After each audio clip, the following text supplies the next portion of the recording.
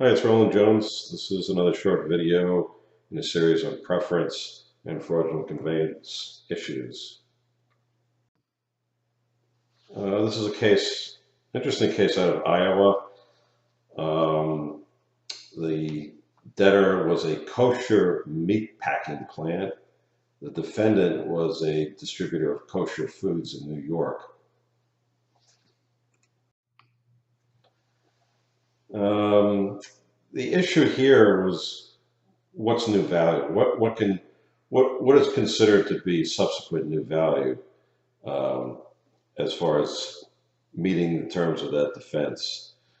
And here, what happened was uh, the the meatpacking plant made a number of payments to the defendant during the preference period, but while the meatpacking plant was making payments to the defendant was lending money to the debtor on an unsecured basis.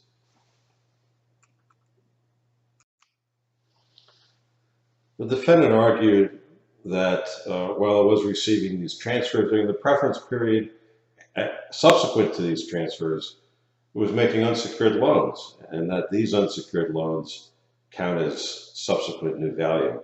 What's a little bit interesting about the case, a little bit of a wrinkle, is that typically the new value defense is in the form of inventory or services transferred or rendered by the defendant for which they're not paid. And so this is considered new value that's given to the debtor, and then that could be set off against a prior alleged preferential transfer.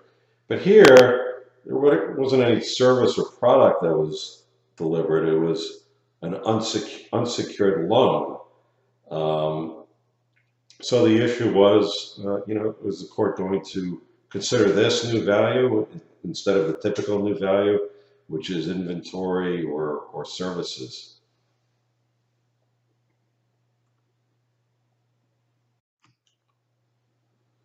Um, Another issue is that the court had already determined that the debtor had operated a Ponzi scheme.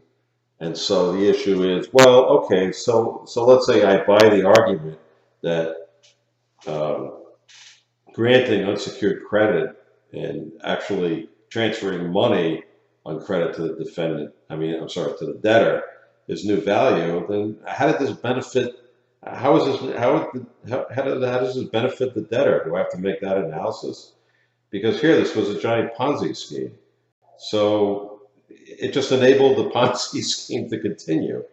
Is that benefiting the debtor's estate?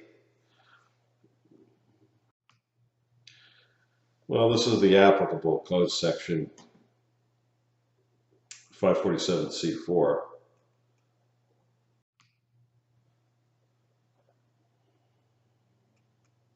So, the court did a basic analysis of what new value is.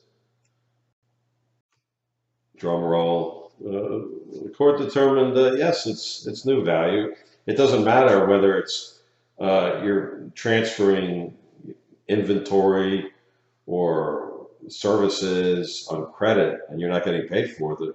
As long as you're transferring value, and money is obviously value, and it was transferred on credit, and it doesn't matter whether the money was used to facilitate a Ponzi scheme or not.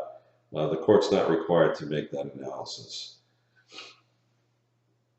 The court decided that clearly new value was given to the debtor, and the defense was granted.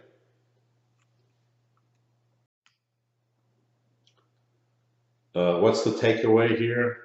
I think the takeaway here is that new value doesn't have to be a product or service that wasn't paid for. New value can be money. It can be the extension of credit, and that's an important takeaway.